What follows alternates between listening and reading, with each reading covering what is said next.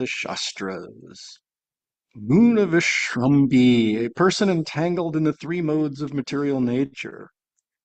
Upakramit, can engage in the creation of progeny.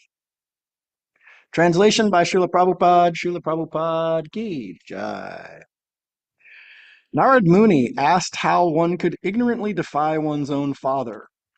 The Hari Ashvas understood the meaning of his question. This is actually in parentheses, so it's Prabhupada sometimes does this. He preludes the translation with something that's not in the actually part of the translation. Uh, so Prabhupada here is saying Narad Muni had asked how one could ignorantly defy one's own father. The Hari Ashvas understand the meaning of this question. The Hari Ashvas are the first 10,000 sons of Daksha. Daksha means expert. Daksha is very expert at creating progeny, according to the order of his own father. So uh, that's the Haryashvas. They're the first set of sons. It's all very dramatic and exciting. Daksha is capable of having 10,000 sons, and he does so more than once, as we'll find out. So, the actual translation by Srila Prabhupada Ki. One must accept the original instructions of the Shastra. According to Vedic civilization, one is offered a sacred thread as a sign of second birth. One takes his second birth by dint of having received instructions in the Shastra from a bona fide spiritual master. Therefore, Shastra, scripture, is the real father. All the Shastras instruct that one should end his material way of life. If one does not know the purpose of the father's orders, the Shastra, he is ignorant. The words of a material father who endeavors to engage his sons in material activities are not the real instructions of the father.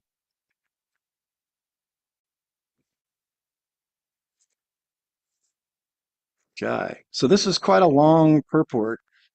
So with there's so many things that we can discuss, but I'll just read this translation again, especially because the Sanskrit is quite short. Prabhupada gives a long translation here, which he sometimes does also.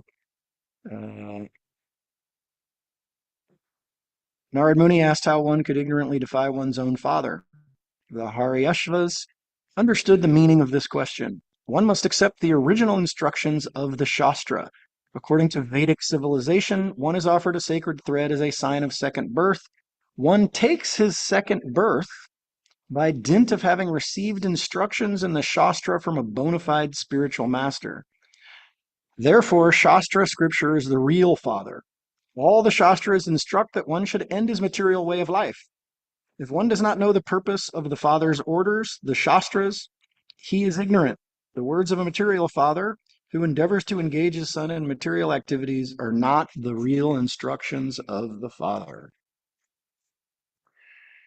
Jai. Purport by Srila Prabhupada. Srila Prabhupada Ki Jai. So Prabhupada's going to address in this purport much of what his sort of purport-ish translation. His translation is a bit of a purport itself. Much of what he's talking about. What is Shastra? Um,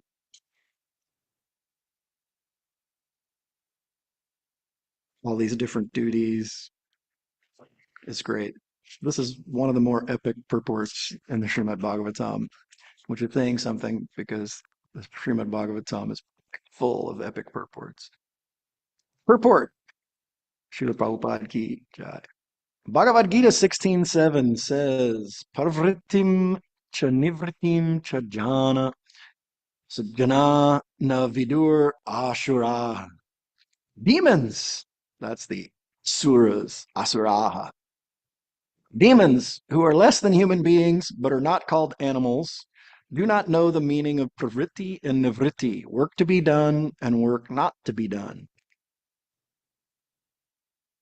That's a little subtle dig at the demons there. Prabhupada is classing them just barely above animals by bringing in the animals. By the way, that's a rhetorical device. Prabhupada had an amazing, just even material education, and he's using a rhetorical device there, uh, which is called what's it called? It's where you basically you state something that you're not going to do or something that isn't true in order basically to drag it into the conversation and into the people's consciousness so that you're they're thinking of whatever it is you're saying is not the case. Uh, it's called it's called apo apavasis. And anyway, it's very funny. I think it's funny anyway. Rhetorical device where you say something in order to get it into the conversation, even though you're sort of declaring it as not true. You're saying the opposite of something. Like, if you want to insult somebody without actually insulting them, you say, well, he's not a demon. Of course, now you've got the people thinking of the person as in relation to demons. Anyway, so he's saying they're not animals. They're not called animals, but he's basically saying that the demons are, they're basically animals uh, through that rhetorical device.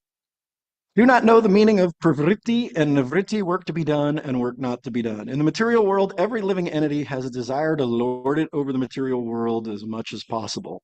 This is called pravritti marga. Marga means path. Pravritti is a fascinating word in Sanskrit because it's where we get the root vri. Uh, that root vri is where we get our word for turning. So, like to revert is to turn backwards. Actually, uh, so pravriti means to turn, like to turn forward. So, always looking for some future gain. So, turning the consciousness, turning the mind forward for future gain. All the Shastras, however, advise nivritti marg.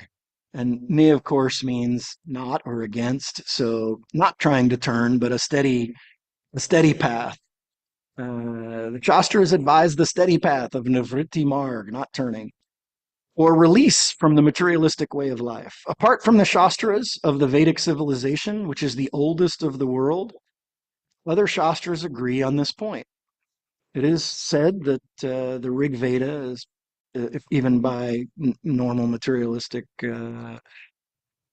scholars, that the Rig Veda is probably the oldest text in the world.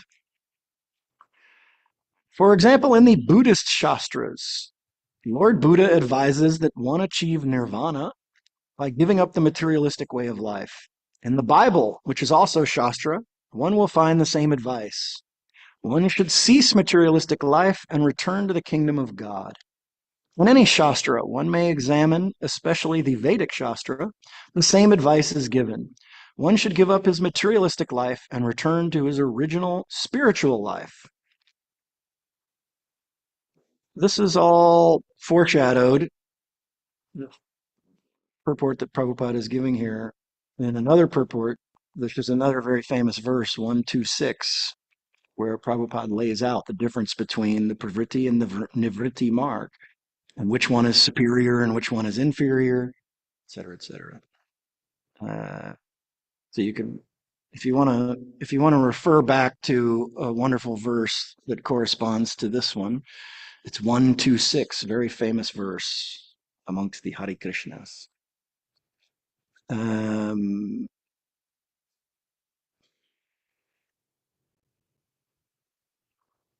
in the Vedic Shastra, the same advice is given. One should give up his materialistic life and return to his original spiritual life.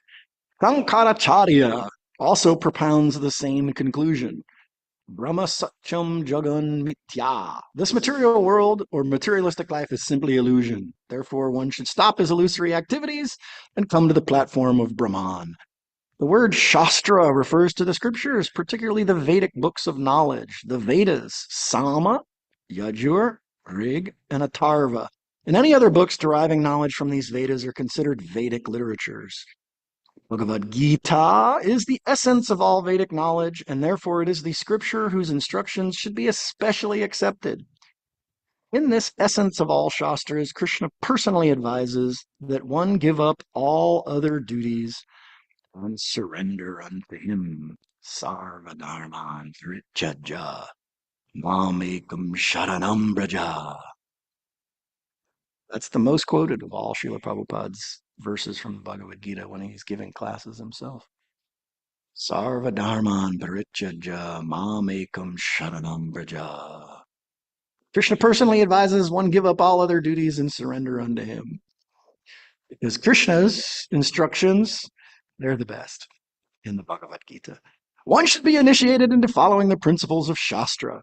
In offering initiation, our Krishna conscious movement asks one to come to the conclusion of Shastra by taking the advice of the supreme speaker of the Shastra, Krishna, forgetting the principles of the materialistic way of life.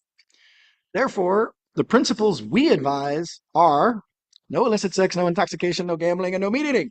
These four types of engagement will enable an intelligent person to get free from the materialistic life and return home, back to Godhead.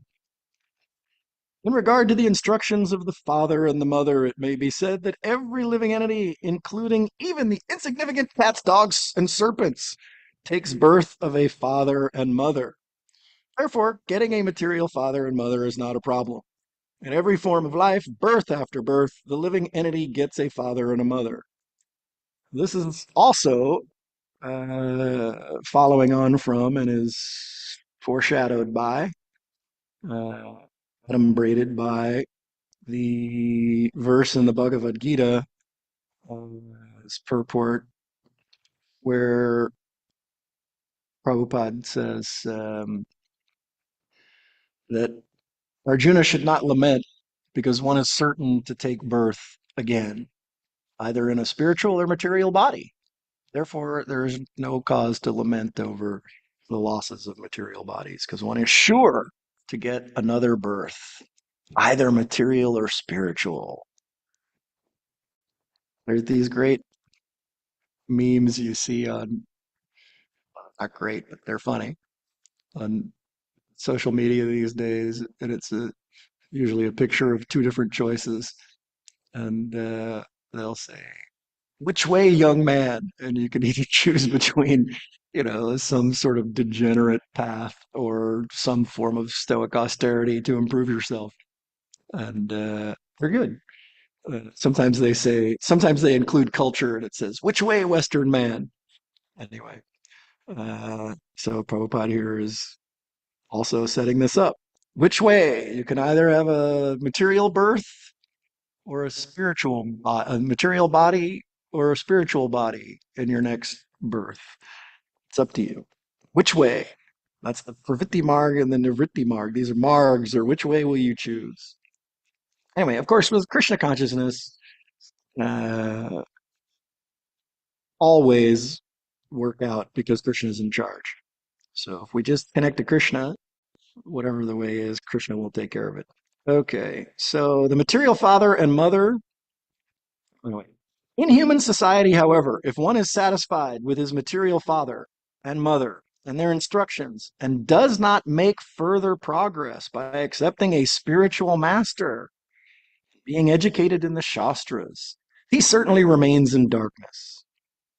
So it's a good idea to develop a relationship, which is not easy, but it's worth it, with a spiritual master. Prabhupada is saying right here, in human society, however, if one is satisfied, kind of dull. If one is just satisfied with only his material father and mother and their instructions and does not make further progress by accepting a spiritual master and being educated in the Shastras, he certainly remains in darkness. That's putting it plainly. The material father and mother are important only if they are interested in educating their son to become free from the clutches of death. In Latin, memento mori. Remember that you will die. It's a very famous Stoic saying. In Latin, memento mori. Remember you will die. become free from the clutches of death, as instructed by Rishabdev in the Bhagavatam, fifth canto, fifth chapter, text 18. Pita na sa syaj, janani na sa syat, na muchayed yah samupe tamricham. Richam means death. One should not strive to become a mother or father if one cannot save one's dependent son from the impending danger of death. A parent who does not know how to save his son has no value because such fathers and mothers may be had in any form of life, even among the cats and dogs and so on. Of course, Prabhupada doesn't say so, and we're going to talk about this a little more, but therefore the opposite is also true. If one does know how to deliver one's progeny, one's children, from the clutches of death to send them back to Godhead, then have as many children as you can. This is a great service. Okay. Cats and dogs and so on. Only a father and mother who can elevate their son to the spiritual platform are bona fide parents. Die bona fide parents. Therefore, according to the Vedic system, it is said, Janmana Jayate Shudra. One is born of a material father and mother as a Shudra. Purpose of life, however, is to become a Brahmana, a first class man. A first class intelligent man is called a Brahmana because he knows the supreme Brahman, the absolute truth. According to the Vedic instructions, Taj Vijnanartam Sagurum Evabhikate. To know this science, one must approach a bona fide guru, a spiritual master who will initiate the disciple with the sacred thread so that he may understand the Vedic knowledge. So here's Prabhupada hammering it again. One must accept the spiritual master, not only the instructions of the mother and father, but further progress with the spiritual master. Prabhupada's hammering it. Janmana jayate shudraha samskara dhibave dvijaha. Becoming a Brahmana through the endeavor of a bona fide spiritual master is called samskara. By the way, Prabhupada's talking about here about becoming a Brahmana. The word samskara and the word Sanskrit are exactly the same. It's the same word, literally. It's just in it just gets written out slightly differently for a little bit different context, but it's the exact same two roots put together, samskara and Sanskrit. So Prabhupada's talking here about becoming a Brahmana. Don't kid yourself to think that you're some great Brahmana if you don't know Sanskrit. So it takes about 12 years to master Sanskrit. You're not in the great Brahmana category if you don't know Sanskrit. Prabhupada is not directly telling you this, but here it is because becoming a Brahmana, this is Prabhupada's words right here, becoming a Brahmana through the endeavor of a bona fide spiritual master is called samskara. Same exact word as Sanskrit, so don't kid yourself. After initiation, one is engaged in study of the Shastra, which teaches the student how to gain release from materialistic life and return home, back to Godhead. Krishna's consciousness movement is teaching this higher knowledge of retiring from materialistic life to return to Godhead. Unfortunately, many parents are not very satisfied with this movement. So Prabhupada's complaining about his time in the West now. Aside the parents of our students, many businessmen are also dissatisfied because we teach our students to abandon intoxication, meat eating, illicit sex, and gambling. The Krishna conscious movement spreads, the so-called businessmen will have to close their slaughterhouses, breweries, and cigarette factories. Now, again, we're going to talk about this, but Prabhupada is purposely highlighting the most negative things because the opposite of this means that the businessmen, it's not like the businessmen are going to cease to exist. Prabhupada's just not saying that because he wants to hammer on the slaughterhouses, breweries, and cigarette factories, which is good. Anyway, the businessmen will just do better businesses. Anyway, that aren't slaughterhouses, breweries, and cigarette factories. There's plenty of wonderful businesses. Don't be afraid to take up business. Therefore, they are also very much afraid. However, we have no alternative than to teach our disciples to free themselves from materialistic life. We must instruct them in the opposite of material life to save them from the repetition of birth and death. This is great. Prabhupada knows what he's talking about. Generally in life, you know when someone he doesn't know when they don't know what they're talking about because they won't get to the point and give a conclusion up front. People know what they're talking about. They state their conclusions right up front. And then everything else that they say is supporting the conclusion. They have a philosophy. That's why Prabhupada always used to ask, oh, no, I've never heard of such and such. Prabhupada, have you heard of such and such person? No, I've not heard of him. Then Prabhupada wasn't envious. He would just get to the point and he would say, what is their philosophy? That was always his next question. Anytime somebody tried to bring up some great person, Prabhupada would be like, oh, that's nice. No, I haven't heard of him. What is their philosophy? I want to know what their conclusion is. Anyway, so Prabhupada here, he's just laying it on the line. We must instruct them in the opposite of material life to save them from the repetition of birth and death. Reminds me of when I was educating children. One of the best ways to educate children is to train them in opposites because everything has an opposite. It's just obvious. Reality is filled with opposites. There's and the ultimate conclusion is there's the opposite of the material world, which you can see right in front of you, which is what you can't see, which is the spiritual world, but it really exists because everything has an opposite. Anyway, and so if you start with, hot, cold, et cetera, light, dark, everything has an opposite. And then when kids ask you about some word that they don't understand, it's not easy to get. It's just like in yoga, there's the neti neti path of not this, not that, right? So in other words, it's like, yeah, okay, I know that you can understand that, but no, that's not it, which means you have to start looking for the opposite of that, right? That's the whole point of neti neti. So if you've been around yoga for a while, you've heard this neti neti thing. And that's fine. That's wonderful. Neti neti. The whole purpose of neti neti is that there's an opposite called Krishna. You need to learn about Krishna, who's a person, right? All these impersonal things or quasi personal things are the same as their opposite, which is the one absolute person, right? So that's why neti neti. So opposites are very important. Uh, so we must instruct them in the opposite of material life that really works. So uh, here's a very stark example for you of demons. They like to control the language. If you want to wipe out a culture, the first thing you do is wipe out the education system so that you can remove language from consciousness. So we have that. There's quite a few. Hridayananda Swami likes to point out that people say, "Oh, you shouldn't have blind faith."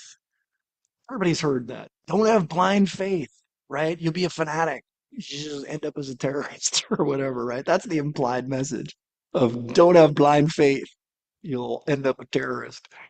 But Hridayananda Maharaj points out that you never hear the opposite of that, which is just as true.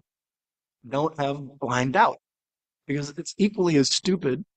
In other words, the opposite of don't have blind faith. There's always an opposite. So one of the best things you can do for children is teach them to think for themselves by pointing out that yeah, their question is genius about whatever the thing is. And why is it a genius question? Because there's an opposite to whatever it is that they're struggling to understand.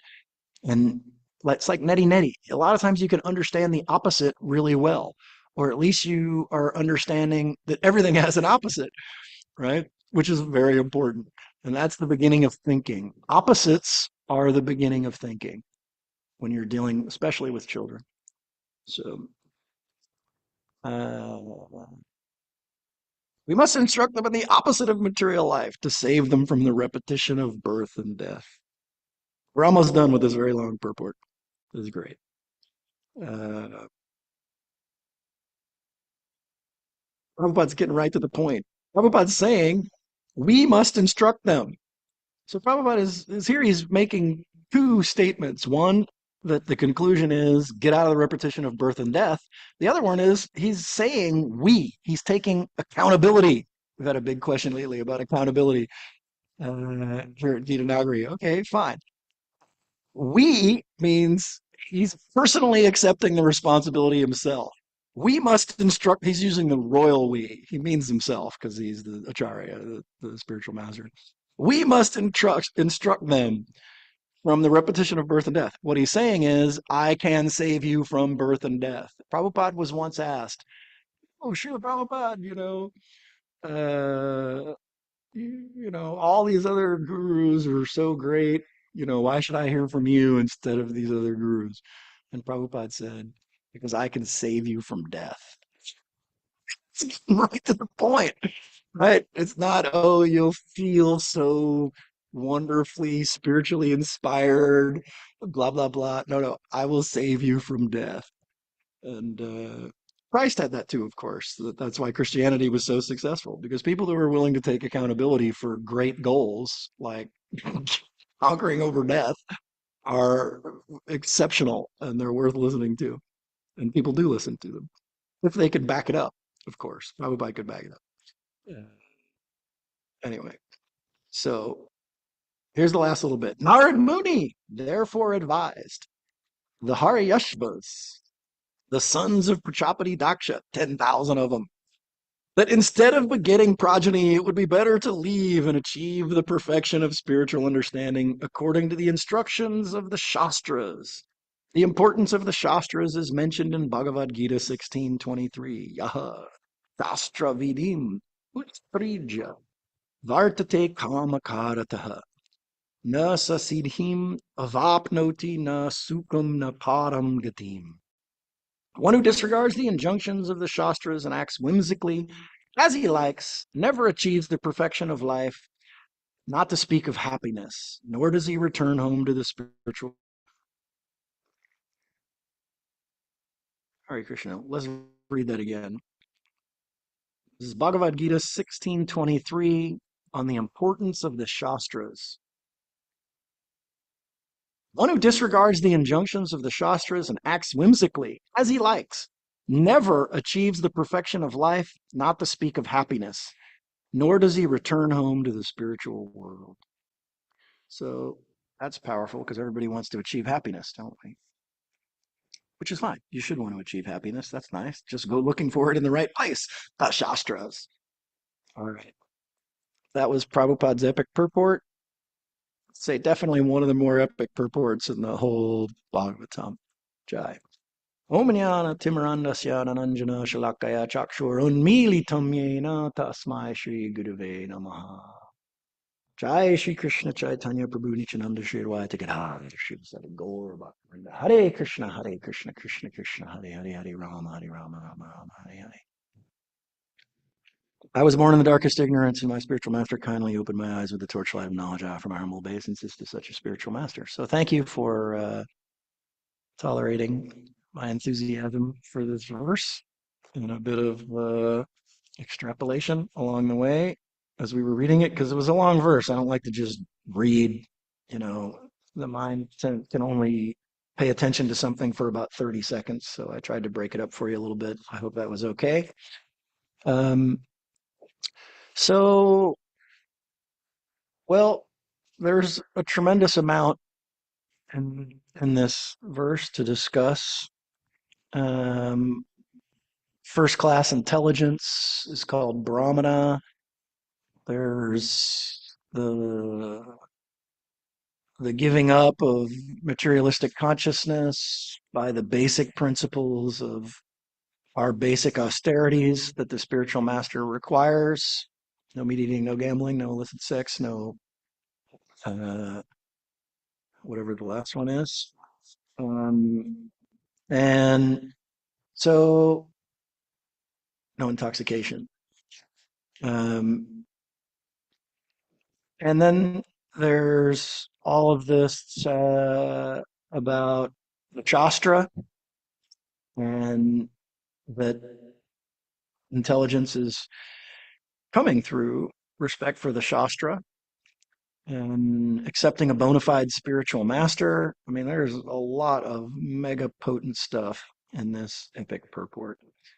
And it's also a master class in Prabhupada's use of rhetoric. Um, and there's a lot of irony in this purport. So, what time is it? So I've already said quite a few things about this purport while we were reading it. So the only other thing I'll talk about is this use of irony. Everybody should know what irony means. One of the first things you should teach your kids to understand is irony. And that means you have to give them a real definition. And there's a simple definition for irony. Most people think of irony more as satire, and they're not the same. Uh, people think, oh, it's ironic. In other words, something bad happened, but I'm still able to laugh at it. Whatever. That's not irony. Um, I mean, it is in a way because you know, especially if you're a member of a religious institution, it's incredibly helpful to have a sense of humor. Uh, in fact, it's fundamental to have a sense of humor, being a part of a religious society or religious institution, especially if you're going to work directly within it. Uh, everybody wants to be happy, and having a sense of humor is important. So, but irony is much more than just having a sense of humor. Most people think of irony, they never really define irony in its proper rhetorical use. And of course, the greatest thinkers and writers of the world all speak in irony as their number one, numero uno rhetorical technique is irony. Prabhupada was a super grand master of irony. And so one should know what it means. So if you're going to tolerate me by having sat through this class, which proves your great humility and tolerance. Thank you very much. Um, I should try to give you something anyway.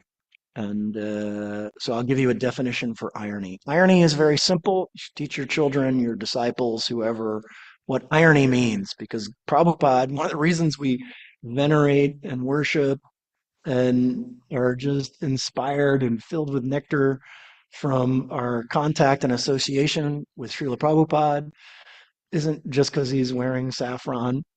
As Daksha points out later in this chapter, the chapter is called "Cursed by Prajapati Daksha."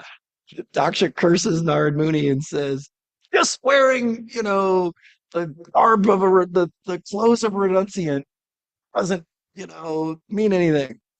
And anyway, so it's not just because Prabhupada's wearing saffron there that we get so much nectar from Prabhupada. It's because Prabhupada was the grand master of irony.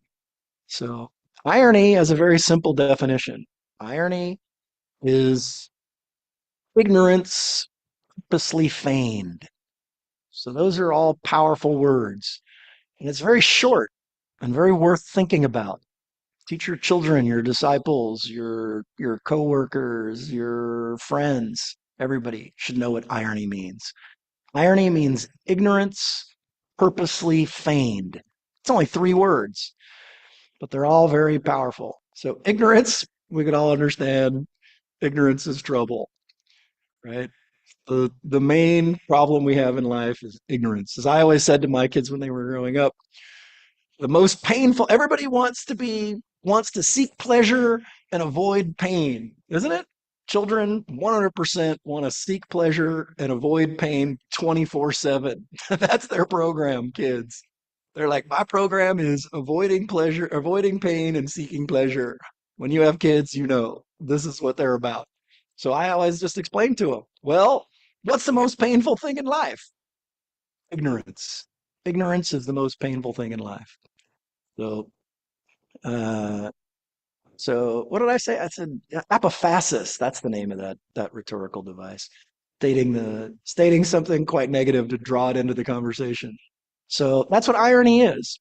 Irony is ignorance purposely feigned. So,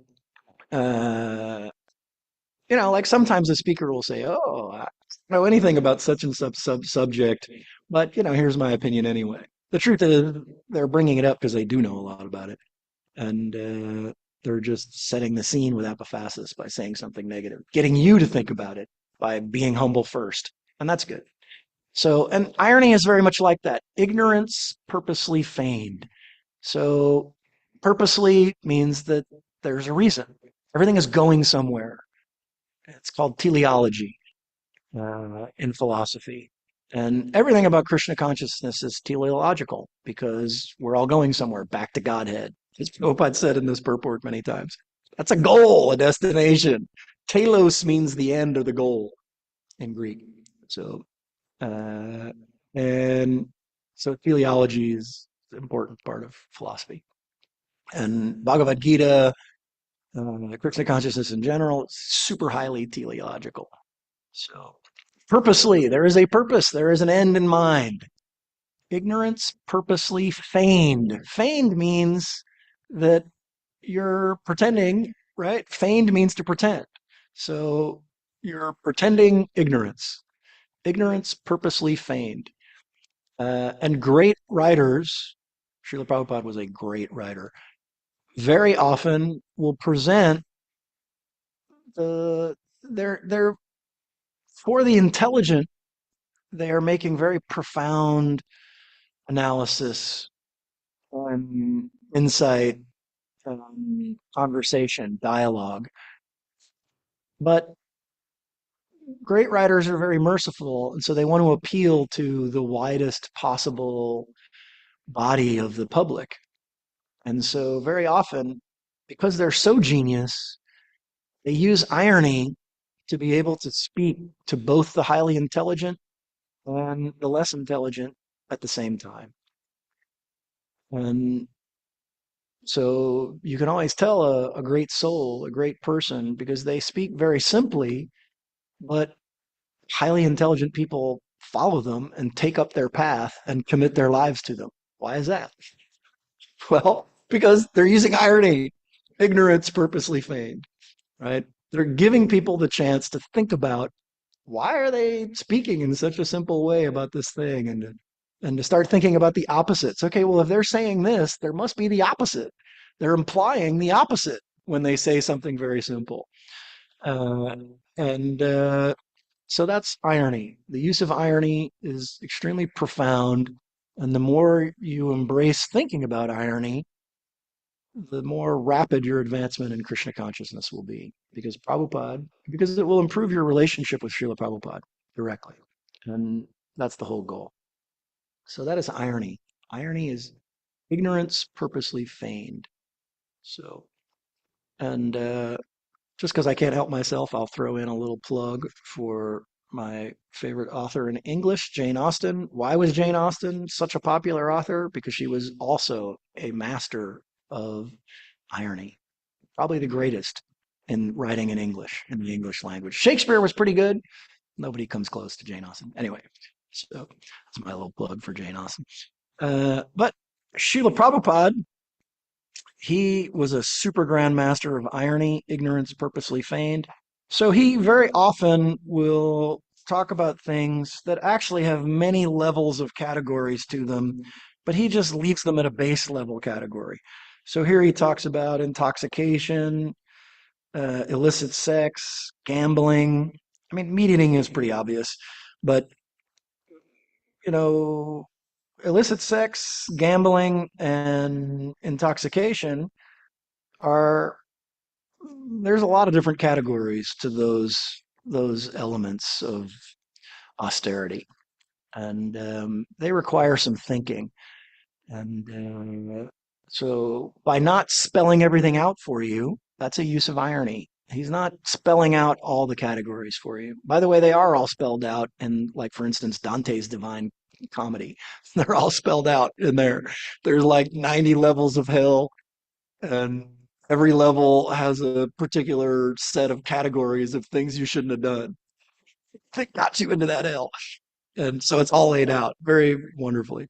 Like in for illicit sex, there's a big difference between continence, celibacy, and chastity. Those are not the same. Those are different categories.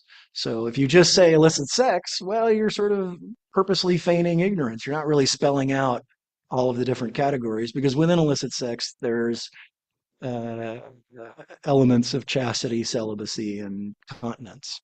And, it's worthwhile to know what those things are, especially if you're going to promote that you know something about illicit sex. So, but Prabhupada doesn't do that on purpose. Why? Because he wants the intelligent people to explore their intellectual development for themselves.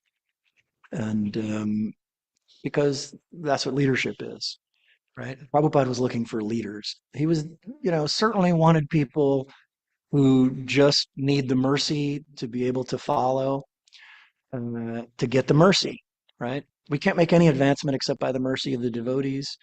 All mercy is coming from Krishna. Prabhupada never talked about himself practically. He always talked about Krishna because Krishna is who can give the most unfortunate the most mercy.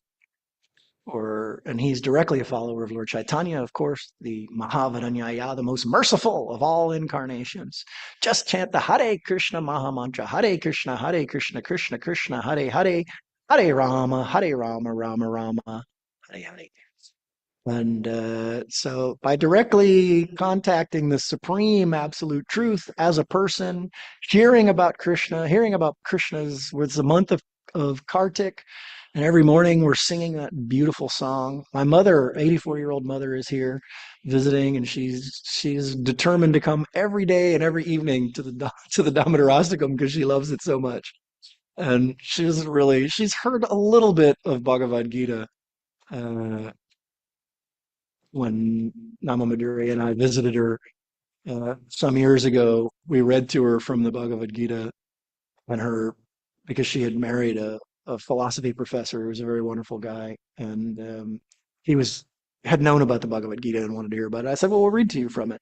So we read from their scripture with him. He read us their scripture, and we read the Bhagavad Gita. It was all very nice.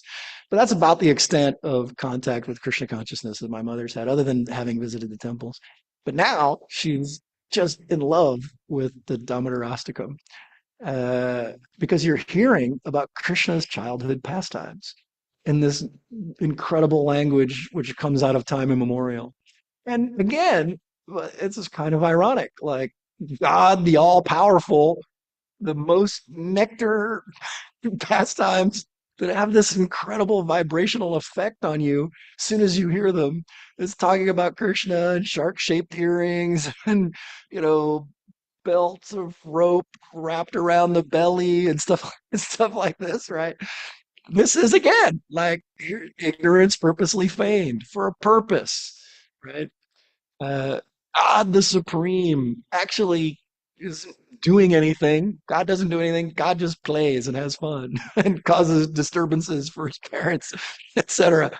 So this is irony, right? The whole situation is incredibly ironic between the setup between the opposites of the material and the spiritual world.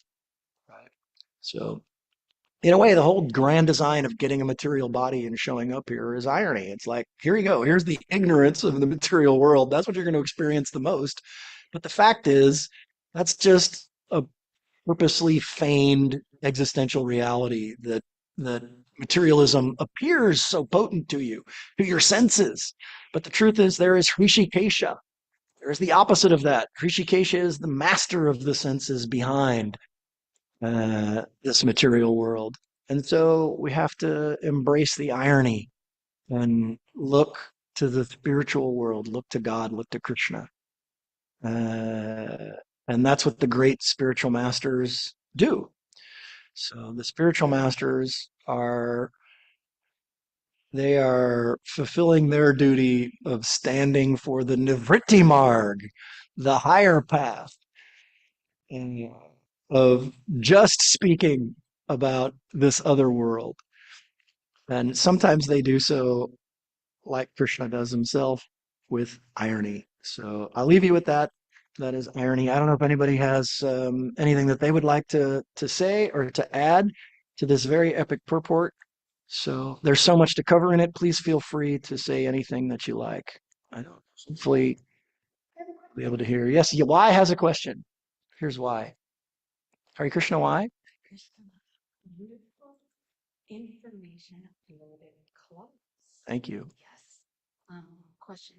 You spoke about relationship with the spiritual master and that it can sometimes be challenging or hard to does. Yes. Not sometimes, all the time. Yeah. Sorry. Go ahead. I would Yeah. further elaborate on that and understanding that. Okay, so Y wants to know about why the relationship with the spiritual master is difficult to develop. And so that I said sometimes, and I said, no, no, all the time. And it is difficult to develop the relationship with the spiritual master, but it's worth it.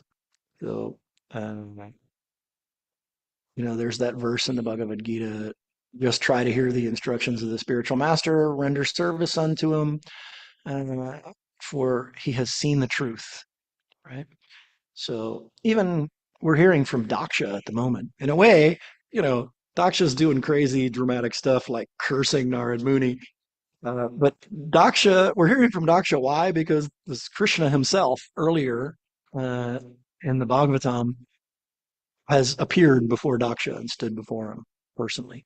So the spiritual master is someone who knows God personally directly, which is rare. Uh, all of us have some ideas about God, and that's wonderful. And so, uh, but that's not the same thing as having Krishna personally appear before you. So, in fact, Dev Swami once said to us that, yeah, it can seem like, why do they just want me to distribute books, for my whole life, right? Like if you're committed to staying brahmachari, what are you going to do? You're going to distribute Srila Prabhupada's books for the rest of your life, right? If you distribute Prabhupada's books, give Krishna consciousness to others, and book distributors are a beacon of light in a very dark world. Srila Prabhupada, Transcendental Book Distribution Key, Jai. Anyway, if you distribute Srila Prabhupada's books, doing it year after year, you're like sitting on the sidewalk of some horrific city, breathing horrible fumes all day long, year after year after year after year. That's daunting. And, people are taking the books, but you're never going to see them again. That's daunting. However, there's a result, there's a reward, which Devarita Swami said, yes, if you just keep distributing Srila Prabhupada's books, one day you will see Krishna on the street appear before you. So, uh, so the spiritual master has seen Krishna. They have seen the truth personally. And that is very different than just being a cultured, educated person who's read world literature, which is very valuable. You should read world literature. It's very hard to understand the Shastra without having read world literature. There's about 1,000 good books. You should read them. So I brought up Jane Austen. Read all 6 of Jane Austen's books.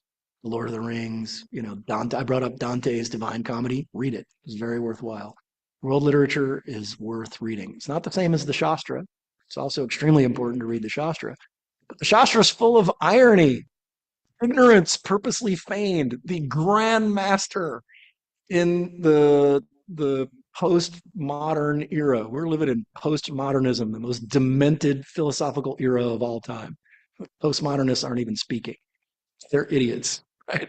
So to have Srila Prabhupada is incredible. We're unbelievably fortunate, but Prabhupada is very often speaking in irony, ignorance purposely feigned. So, and Prabhupada had a great education. And one of the things you learn when you are educated, you're not neglected, somebody has bothered personally to cure you of your neglect, means that they've trained you to, approach life in a way that you can understand the Shastra. That's the whole purpose of education. So anyway, the spiritual master is very expert in all these things. But again, they're speaking in irony. They're telling you things. The spiritual master, for one, they have to assume that you're bottom of the barrel. So they're so merciful. They're wanting always to help the most fallen. That's what characterizes a saintly person. Why? Because the not most fallen, the people who are advanced, don't need as much help. So if you're merciful, naturally, you're going to want to help the people who need the most help, right? So the spiritual master, you know, it's in spiritual life. like many things, it's also true in business. It's definitely true in parenting. It's all about what have you done for me lately? Right? So, it's difficult, right? It's difficult to have a relationship with the boss or founder of a business. It's difficult to have a relationship with the temple president. Difficult to have a relationship with a spiritual master because they're busy with a lot of things. And one of the realities is, what have you done for me lately? It's difficult to have develop a relationship with your children, and for children with parents, these things take effort. Uh, so, and that effort with parents, it's much more natural, right? Yeah, but with the spiritual master, it's not natural. It's almost 100% intellectual. Another very good reason to study world literature as well as the Shastra is you can come to understand these things by developing your intellect. I hope that answers your question. Why Ki Jai? Jai.